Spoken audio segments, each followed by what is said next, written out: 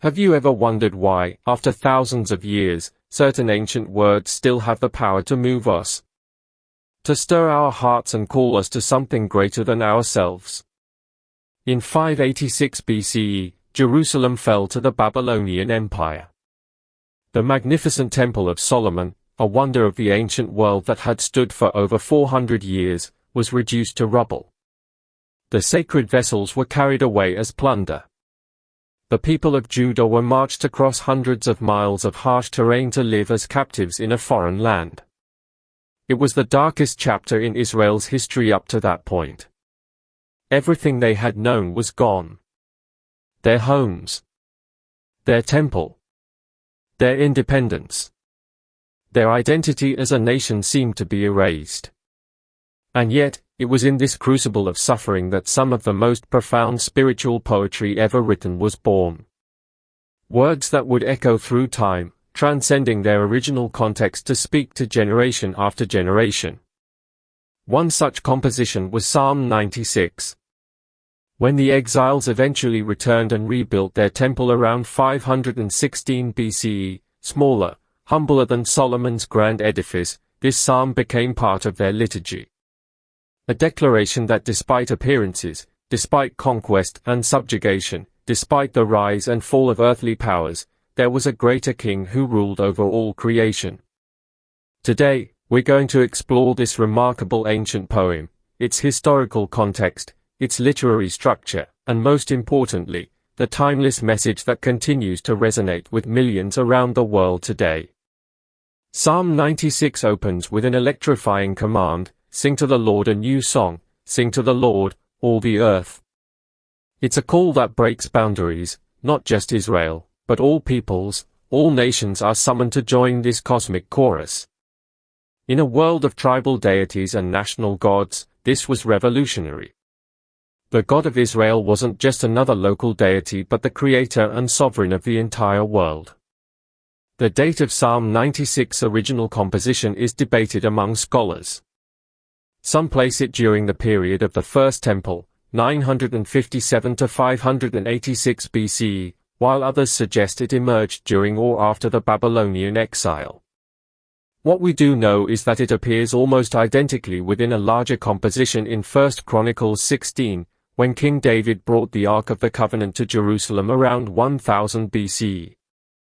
The psalm unfolds in three distinct movements, each building upon the last to create a powerful theological statement. The first section, verses 1 to 6, is an invitation to praise. The second section, verses 7 to 10, calls all nations to acknowledge God's sovereignty. The final section, verses 11 to 13, extends the call to praise beyond humanity to include the natural world itself. Let's take a deeper look at each section. Sing to the Lord a new song, sing to the Lord, all the earth. Sing to the Lord, praise His name, proclaim His salvation day after day.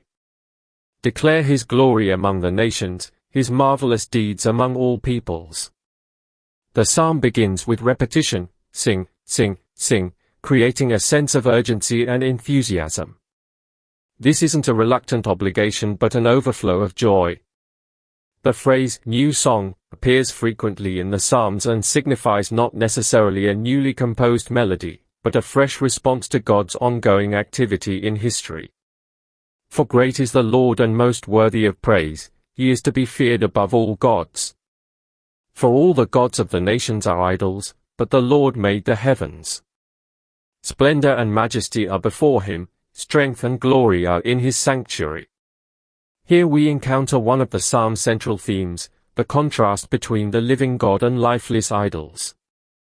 The Hebrew word translated as idols is particularly revealing, Elilim, a diminutive, almost contemptuous play on the word for gods, Elohim. It suggests emptiness, nothingness. This polemic against idolatry would have been especially poignant for Israelites who had witnessed the devastating conquest of Jerusalem by Babylon in 586 BCE.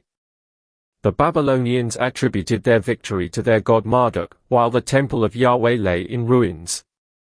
Yet the psalmist boldly declares that these supposed divine powers are nothing compared to the God who made the heavens, a creator rather than a creation. The archaeological record gives us fascinating glimpses into the religious landscape of the ancient Near East during this period. Excavations at sites like Nineveh, Babylon, and across the Levant have uncovered thousands of idol figurines, representations of gods like Marduk, Ishtar, and Baal. Many were mass-produced from molds, sold in markets, and kept in homes for protection and blessing. They were tangible, visible, manipulable, everything the God of Israel was not.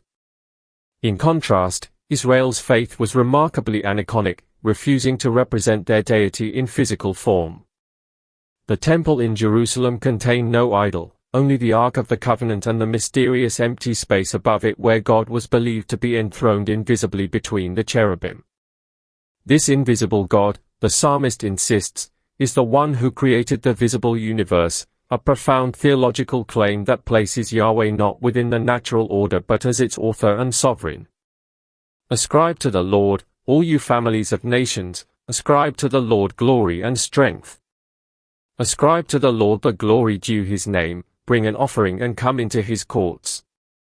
Worship the Lord in the splendor of his holiness, tremble before him, all the earth. The second movement of the psalm widens its scope dramatically. No longer is this just about Israel's relationship with their God. All families of nations are summoned to acknowledge Yahweh's supremacy.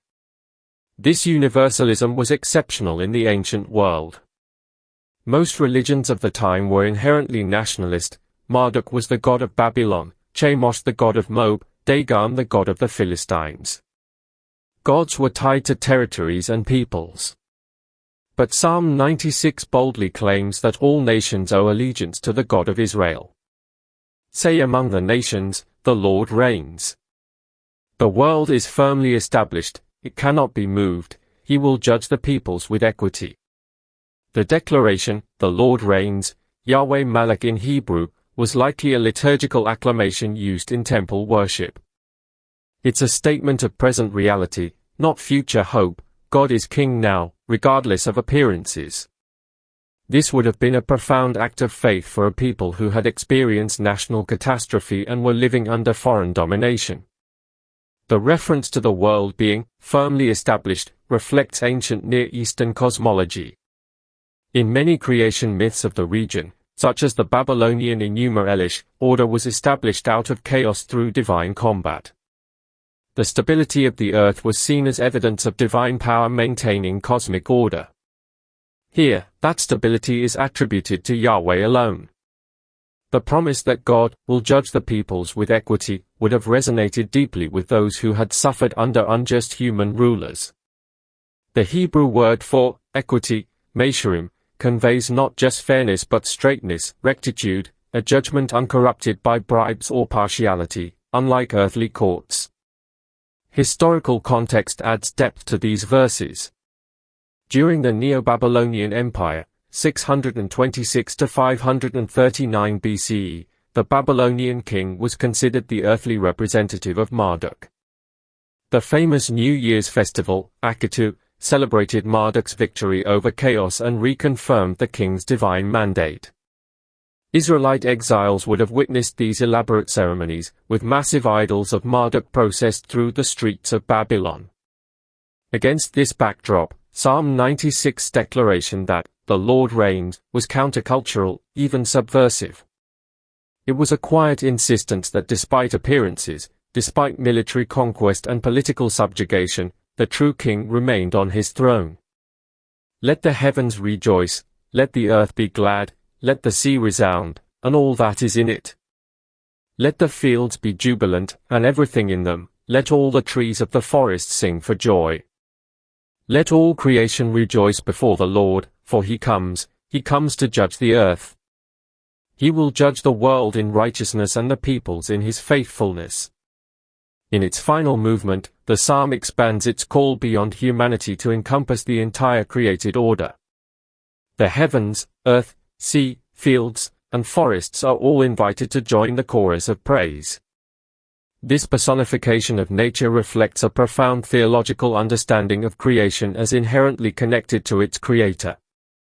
The imagery of nature rejoicing anticipates the coming of God as judge and king. This isn't a fearful expectation but a joyous one. Creation itself longs for the establishment of divine justice and order. The phrase, "He comes," is repeated for emphasis, creating a sense of imminence and certainty. The Hebrew verb is in the perfect tense, suggesting an event so sure it can be spoken of as already accomplished. The final lines emphasize two qualities of God's judgment: righteousness, tzedek, and faithfulness, imuna. These attributes are foundational to Hebrew theology. God's righteousness isn't merely about punishing wrongdoing but about setting right what is wrong, restoring justice, healing brokenness, elevating the oppressed. His faithfulness speaks to his reliability and constancy, particularly in keeping covenant promises. Archaeological findings from the ancient Near East reveal how rare this ethical conception of deity was. Many gods were portrayed as capricious, self-interested, and morally ambiguous. The Code of Hammurabi, from around 1754 BCE, shows the Babylonian god Shamash handing the law to King Hammurabi, suggesting divine backing for royal justice. But the gods themselves were often not bound by moral standards. In contrast, Psalm 96 portrays God as the ultimate source and standard of justice, one who judges based on objective righteousness rather than arbitrary whim or favoritism. The profound theology of Psalm 96 has reverberated through history, shaping Jewish and Christian worship for millennia. When the Second Temple was rebuilt around 516 BCE under Zerubbabel, this psalm likely formed part of the renewed liturgy.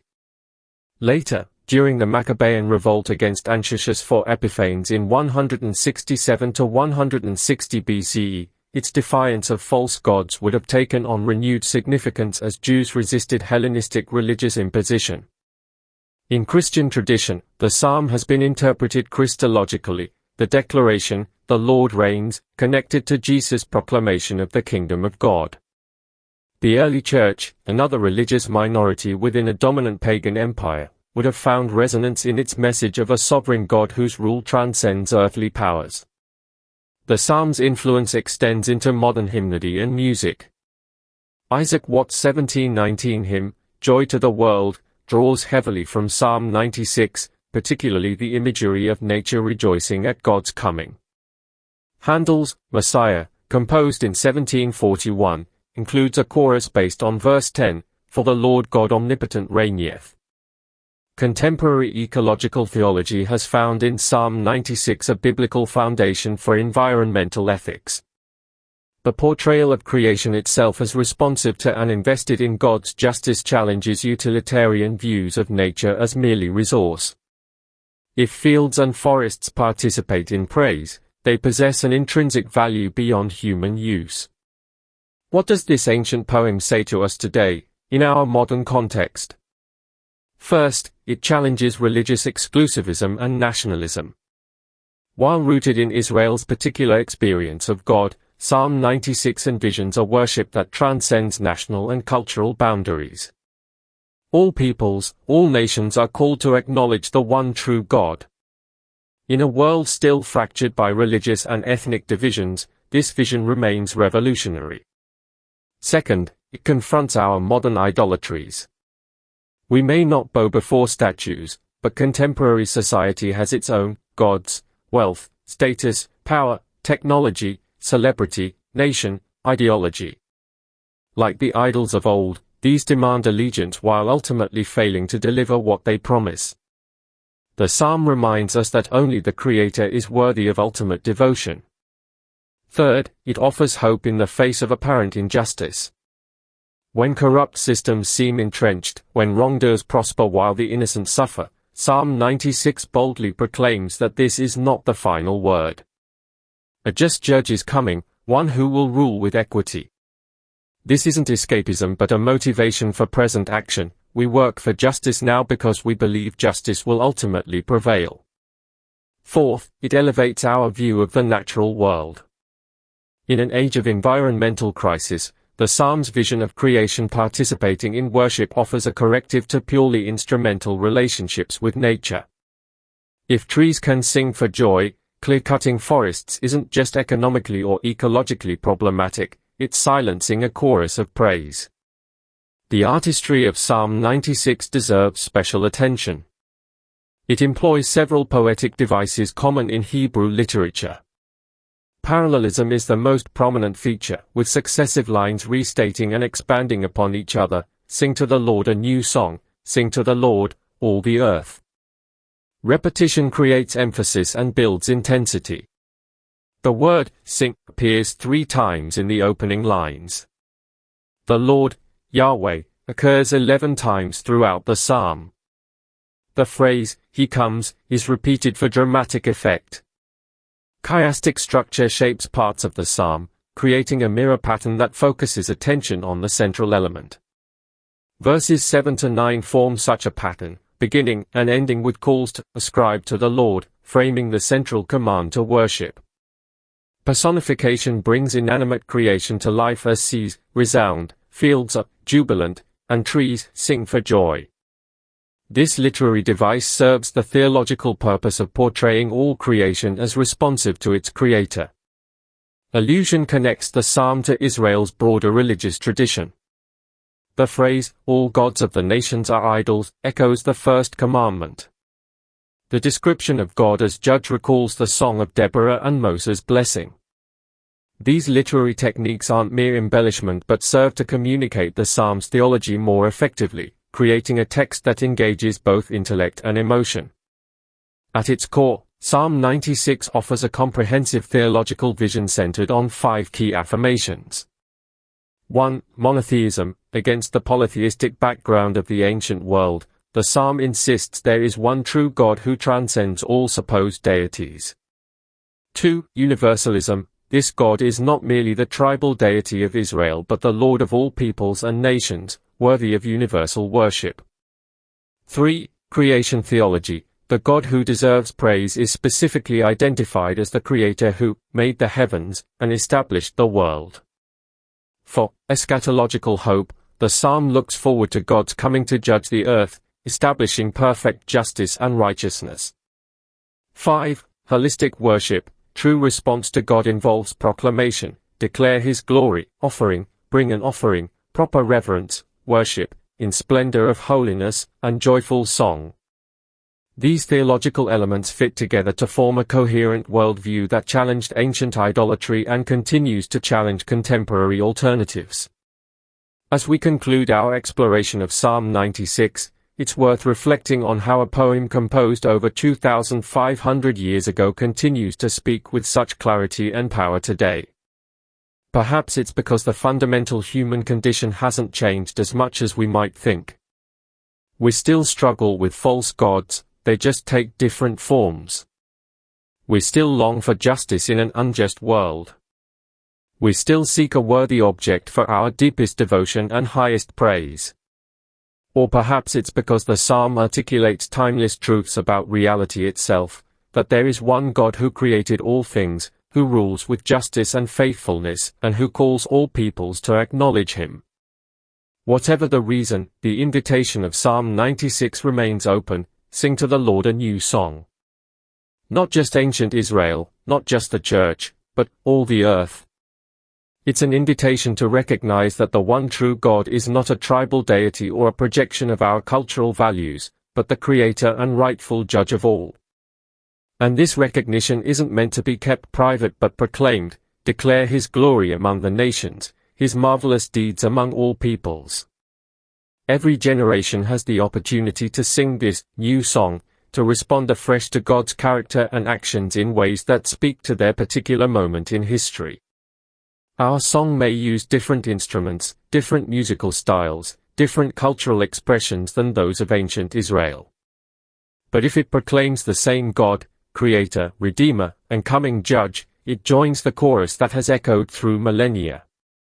In a world still fragmented by division, still marred by injustice, still seduced by false gods, the call of Psalm 96 remains as urgent and relevant as ever, to declare to all peoples that the Lord reigns, and to invite them to join in worship of the one true King.